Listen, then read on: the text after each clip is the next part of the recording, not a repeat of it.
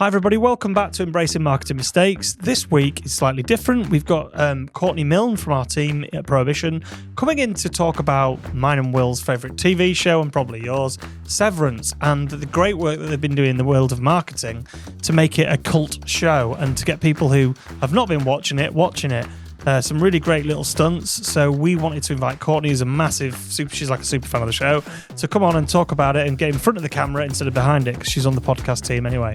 So if you're into Severance, or you want to talk, you're into hearing all about how to promote a TV show and the clever bits of marketing that a TV show can do, this episode is for you. So sit back, relax, and let's hear all about how Severance is become the number one show on Apple TV. Enjoy. Welcome to the show, Courtney Milne. Welcome. Hi. So you've never been on the pod? No, I've been behind the scenes. You've been behind the scenes. You're on the podcast team. How long you worked here? 3 years next week. Really? Mm-hmm. Oh, 3 years. And what's been your personal highlight? Ooh. Am I allowed to say working on Reef? Yeah, of course you are. That was pretty good. Yeah. Lots of good coverage. Yeah, that went everywhere, didn't it? Yeah, it sold out their stock. Well, do you want to explain what happened? Just a press release. I wish I could say that it was a very amazing, well thought out campaign. Drafted and brilliantly sold it. And well timed. Just a good bit of copy, and it went everywhere. Yeah, because Reef was like, is it like an alcoholic lilt? Yeah, it's just like a fruity alcopop, but it's made with real fruit juice. So Does Lilt exist anymore? Lilt as a drink? Didn't it get bought by Fanta? I think they've discontinued it. I had a conversation with somebody in a random cafe about how good, because they had some like surplus stock. It was a total tropical taste, wasn't it? What is a Lilt exactly? I don't know. It was like a weird... It's just like tropical juice. Yeah, tropical drink. Yeah. Yeah. I can see this podcast going on. This is real rambling of an old people. Yeah, let's sharpen it up. It's a bit unfocused. True. I remember Werther's original. Yeah. So Reef was your favourite? Yeah, I think so. Okay, and today you're here to talk about what? Severance. Because I can just yap about it, and I really like the show. I think what they've done with their marketing is very clever. And I just think that there's lots that people can learn from it. Yeah, I'm very excited to hear what you've got to say here. Is there going to be any spoilers as well? Because I know at the time of recording, we're reaching the show finale, aren't we? Yes. So I'm not going to spoil it, but I can give an overview of roughly what it's about for anyone that doesn't know. So yeah, we don't want to spoil it. Have you seen the end, Will? Not yet, no. Have you not? Because you're saying I've got like 20 minutes to go. I just noticed you said you're getting towards the finale. Yeah, I'm out. But we've all seen the finale. Right, so, okay. Well, please don't spoil it for me either.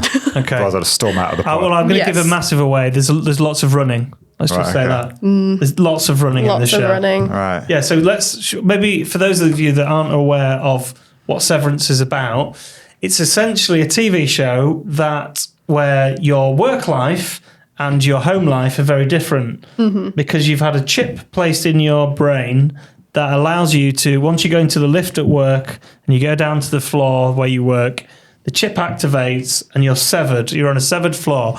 Therefore, your innie, who's doing the work on the severed floor, can remember everything that they do at work, but as soon as they get back in that lift, they're severed and they can't remember anything out of that floor. And then your outie is the person that arrives at the top of the lift and walks outside and might be married or have kids or whatever, but they don't know anything about what they've been doing in the company, right? And it's basically a surgical procedure. So, yeah, their brains are completely surgically separated, and the idea is that the people that are, on the inside don't know anything about the outside, because it makes the work more meaningful and mysterious, and that's their only purpose. I think Will's had this process. I think you've had this process, haven't you? You naturally Do they sever. know they've been severed, the severed people? Yeah. They do, don't they? They did the option. The weird thing is they've opted in to be severed, but the innie who wakes up for the first time ever, and the first day is when they wake up there in that room, isn't it? Yeah, they and they don't know that they've voted. They don't know that they've opted to be in, because they never opted to be in the process, did they? It's very. I mean, what for me, and you're going to come on to all of this. The reason I think it lends itself to amazing PR activations and marketing activations is because the look and feel of the show, particularly in the office, is quite iconic, isn't it? Do you want to talk to us about that? It's beautiful. Yeah, I think for us as the viewer, it's iconic because it's absurd. Like today, people are trying to move away from very like clinical, clean, no personality filled offices. So it's different to the world that we currently exist in. And I think if you were to put employees in that situation now, we'd all kind of be a bit like, oh, could you not have splashed out on a plant, you know? Yeah, because it's this kind of central pod where 4 of them work. It's all ice white walls. Yep. Semi kind of 1970s big kind of chunky vibes. monitors, like non-friendly user interfaces. But like, my first question is, when do you think it's supposed to be set? Is it supposed to be set now, but in a 70s style? Or is it supposed to be set in the 70s because the technology? No, because I can't figure it out. I couldn't figure that out. I looked that up actually, and it's Did you? Yeah, of course. It shows Mark's.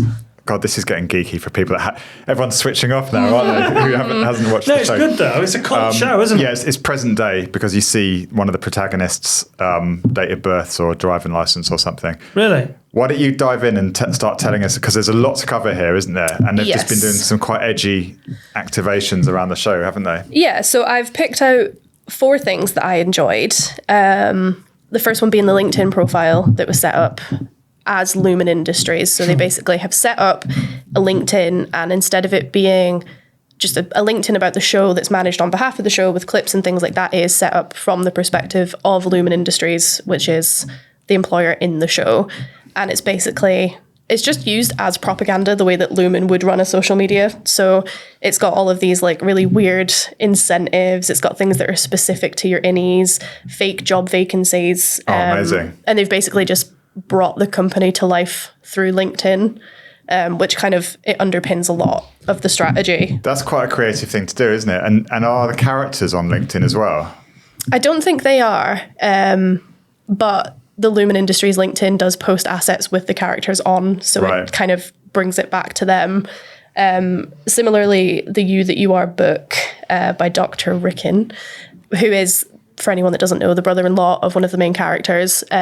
He's like a self-help guru, isn't he? Yeah, and he's a bit cheesy, and it's a bit quirky, isn't it? Yeah, and I think he's not really meant to be taken very seriously, but then his book somehow ends up in the world of the innies, which I won't get into, but again, similar to the LinkedIn approach, they've basically made his book available on Apple, so you can actually read his book. But his book was rubbish, wasn't it, when they were reading it out? Yeah, so to all the outies, they were like, this is terrible, but then the innies are like, oh, this is revolutionary. But then the innies, they're only trained on, if I'm right, they're only trained on the Lumen stuff. Mm-hmm. So they only know the history of the company, what the company's done. So this was like the first non-company text they'd ever seen. It was like the most revolutionary thing that they'd spotted. And that's available on, how's that available then? Amazon. You can buy it on Amazon. On Amazon. Yeah, and it's available on audio as well on Apple. I'd love to listen to it. Yeah. I'm off on holiday. I don't mind listening to it on holiday. I bet it's hilarious. Yeah, and I think... it'll be super serious as well, I imagine. Yeah, it will be. It will be literally like this piece of self-help content, as if it was the guy that wrote it, because he is, Dr. Ricken Hale, and yeah, it's basically just another way that they've made the world that the show is in, even though it's quite ambiguous and we don't know where it's set and we're not really clear on the time specifically. It's just a clever way that they've brought it to life and made it tangible. Non-traditional channels as well, Yeah. because they're not using actual marketing channels per se, are they? No, but the weird thing is, like, they're using LinkedIn, like the setting. The reason why we're all asking about when it's set is because the hairstyles are 70s. The cars are all 70s. There's nothing in the show that actually is from this sort of era. Like you said, the keyboards in The Office are really big, clunky things. And it just reminded me, when you described The Office, it reminds me a bit of like an office from, you won't remember this, but an office back in the day, early 90s, late 80s or whatever. But then people used to smoke in offices then, but they don't smoke in this show or anything in The Office, which you would imagine that they would in that sort of period. So are these two kind of quite, I know you're going to talk about some more, are these just kind of quite organic, subtle activations, do you think? I mean, have you got anything in the way of numbers? How many people follow them on the LinkedIn profile? I'd imagine quite a few. Yeah, so they've got 87, I think. Over 85,000. So yeah, 87,000 followers on the LinkedIn page. And this is the kind of thing that would, which is crazy. would naturally, Cool, I'd imagine this would appear in your recommended companies to follow or something, wouldn't it? Which is such an organic way. You know, it's not really push marketing, is it? It's very, very discreet, which makes it work so much better, doesn't it? Yeah, and I think with the way that they've done it, I think the main thing that underpins it all is that the world that they're in the show suddenly becomes very tangible and very real, and it gives us something to like physically behold. So whether that is the audiobook, whether that is the LinkedIn, the vinyl that I can chat a little bit about, it's giving people like a piece of the world instead of just telling them what the show is and saying, go and watch my show. It's letting people kind of like live it themselves. It's like, the show's cult and it's making like quite cult following. What's the vinyl then? What have they put on vinyl? This is my favorite bit. So the soundtrack, I just love it because it's creepy, it's eerie, it fits the vibe of The Office, I think. And basically there's an innie and an outie version of the vinyl soundtrack. So the outie one is just quite normal. It comes in the kind of, it's like a file, like a physical file that you would put paperwork in. And that was just quite standard and anyone can kind of buy that. But then there's a limited edition innie vinyl that comes with a load of extras from within The Office. So it has different employee cards, it has a music dance experience card, a record safety card. And the idea is that it's meant to hold all these little treasures that only your innie would know about. So the music dance experience, is that the I'd love to do defiant jazz genre? Defiant jazz, Can we do that at work next week? And how's that vinyl available? Are they selling that through record shops or via Spotify or something like that? Yeah, so unfortunately it's not available anymore.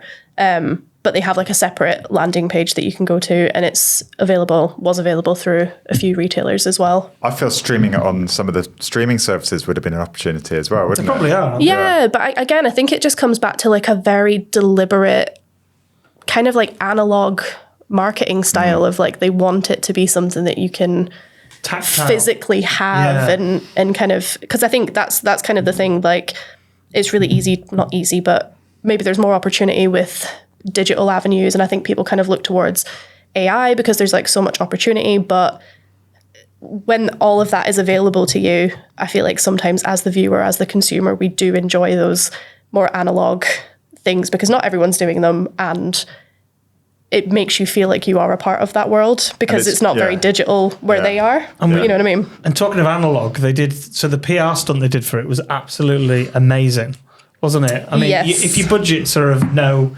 consequence, this was genius what they did. Do you want to explain what the PR stunt was? Yeah, so it was a fully enclosed glass box, which was a replica of The Office. So as you mentioned, it is just the 4 desks kind of, and they all kind of face each other when they sit at work. And the main 4 characters, plus Miss Cobell, the manager of the severed floor, they were also put into this giant box. It was put into Grand Central Station in New York, so super busy location for loads of people to pass by. And there was no brief. I've watched a couple of videos with the actors, and they just said they were told to just be the characters, do their job, the mysterious work of macrodata refinement. Over what sort of time period? Because I'm thinking if they've not got a script, to just pretend to be doing stuff is quite scary. So I think, I want to say it was about an hour, but I know that, is it Adam Scott, the main guy? Yeah. He said that there was like loads of technical faults at the start, so they couldn't get some of the computers to work. And then Patricia Arquette, who plays Miss Cobell, she went over to try and fix one of the computers as the manager, and then that didn't work. So I think, there was a few kind of like technical faults, but they just styled it out as the characters would, which is amazing. It's genius, though. What I liked about that stunt, not only did it go viral, as you'd expect, but then Ben Stiller, who directed Severance, came to film it on his mobile phone, and it went viral again. Really? Yeah, and it's just brilliant. It's kind of layers upon layers of I don't know what you'd call it. It's incredibly postmodern, isn't it? I just find it weird that Ben Stiller is the director as well. It's like, because you'd think it'd be a comedy, but it's not. It's dead serious, really intense. And every show makes you ask more questions than answers. It's brilliant. But all these activations are sort of in the spirit of that, aren't they? They're slightly left field, true word of mouth type. I mean, because that Grand Central stunt, we were all talking about it in the office for days, weren't we, when it happened? And I think we've been talking about all of the other ones as well. They've said. I heard the actors being interviewed, and they said that it took the opening scene where they're running, the opening scene of running, 5 months to film, and they film about 5 pages of text a day. So not a lot. It's because it's so beautifully shot. It just takes pure time to do. Yeah. So what are the results then? What's happened based off the marketing and the what we're calling it, an analog marketing campaign rather than a digital one? So obviously PR and results, it's something that we all like to try and measure. I've read that the glass box stunt alone is supposed to have generated over £5 million in earned media value. I'd say that's quite low, isn't it? Would you think that would cover just the for salaries? one stunt. Would that cover salaries, do you think? For the day? No. You know what I mean? I think it must be. I think it may be 10 times that. Surely, because maybe it's gone on to get more. I just feel like that's been. Maybe I live in a Severance bubble though, and you naturally tune into it all, don't you? Yeah, I think, and that is just from the one stunt. So depending on whether they're measuring like social media impressions, people that have then filmed it to then put it on social media, like that obviously then does numbers as well. And obviously, yeah, the LinkedIn page gained thousands and thousands of followers as well. And it overtook Ted Lasso as Apple's most streamed show. Wow. I can believe it. But I think that's the real metric here, isn't it? I mean, obviously the show itself is brilliant, but it's the marketing has helped it become a word of mouth phenomenon. And, you know, these things grow and grow and grow, don't they? And I think more people are watching it now than ever, and more people are talking about it now than ever. What I'd like to see, actually, I'm thinking what else they could do. They should do an art auction, shouldn't they? So there's some really creepy artwork, isn't there? Really, like massively violent and distressing artwork. Or like, It's horrible. you know, like the statue bust of like Keir's head, like auction off something like that for people to have. like partnership with Sotheby's or something like that. Yeah. That'd be cool, wouldn't it? That would be amazing. But I think one of the things that is just cool about it is everyone that's involved with the show just cares about it so much. Like I think with TV now and with films, I suppose it's hard because people don't really want to take a risk because there's so much to be lost. And the amount of money that goes into a show like Severance, like I think we've talked about it being just like one of the most expensive shows to make. I think people don't really want to take that risk, but I think all these kind of out of the box, left of field marketing ideas, like it shows why you need to, because people do pay attention. It's just such a basic and brilliant idea. It's a basic idea, but brilliant at the same time. I think it's so clever. Yeah, I bet Netflix are kicking themselves, aren't they? Mm-hmm. But yeah, you're right. And when I first heard about the concept, I thought, I felt there was limited scope for any kind of storyline to develop because it felt like quite a linear concept. But actually, there's huge scope because essentially everybody has two personalities, don't they? I mean, it's brilliant. Are they making a third series, do you know? Yeah. I don't think it will take as long because it was 3 years between season 1 and season 2. But I think obviously the first one, I remember I watched it when it first came out. And I'd said to a few people like, I've just watched this like really insane show on Apple TV. Because I remember when I first watched it, it really gave me kind of like Black Mirror vibes. And it is a bit like dystopian and a bit of a social commentary on corporate America. So yeah, I remember just kind of like telling people about it and they were like, oh, sounds weird. Don't really care for that. That was pretty much my reaction when everybody in the office started talking about it. Yeah, I remember. And you were like, I don't really know if that's my bag. I must admit, I think it was the Grand Central stunt that tipped me. And when I realised, look, this looks quite interesting, I'll give it a go. Mm-hmm. And then, half an episode in, you're pretty much gripped, aren't you? Yeah, and I think they've done well because I think the key will be not to extend it too far. Yeah.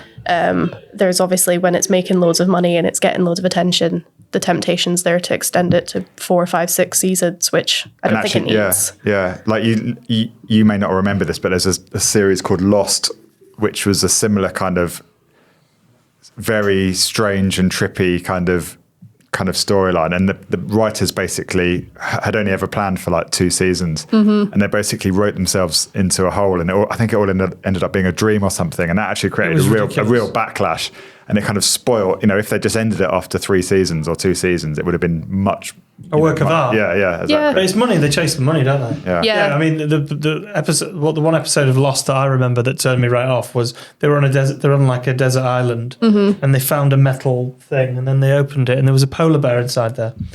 Why? Well, exactly. It's random. There's a polar bear attacking them on a desert island, which would just never happen. That said, there's goats in Severance, isn't there? Rooms of goats. Spoiler! Sorry, watch out, spoiler for anyone. watch out for the goats. Massive spoilers on this. Massive spoilers on the goats. But, I did love the goat. That was a highlight. Little Emil. Yeah. Well, we'll have to get you back on the show and discuss some theories around what it all stands for, because I've certainly got some theories. But yeah, any other kind of stunts you've seen from Severance, or are they the main ones you wanted to? I think those are probably the main ones. And I think just the fact that the cast has been so active. Ben Stiller's been really across social media to like help with the promotion. Even after the show, they just did that stunt in London where all the actors came and there was the giant blue balloon with Mark's head on it. Oh, right. And they had like 50 guys in corporate suits walking around with these blue balloons. And that's after the show has ended. So Yeah. by that point, they're kind of like, we've done everything that we need to do, but they want to keep it going. And I think these stunts, it's almost a superfans theory. You know, you get these stunts that appeal to the superfans, of which there's now millions, and they will amplify it to the mass market, won't they? You know, and they will all be obsessed by Mark's head balloon. I think it's more than just because it's weird. It's weird, so it makes a good stunt, because everyone else, if you don't watch the show, you wander past, you're like, what the hell is going on over there? Why is there 4 people sat at a 1970s desk just working on some sort of computer game? Yeah. Why is Ben Stiller filming it? Why is Ben Stiller? Yeah, why is he here? Anyway, well, thanks for that, Court. That was really interesting. That was one of my favourites, actually. Oh, great. Yeah, definitely have a spoiler alert at the beginning of the episode. Yeah, thanks for coming on the show.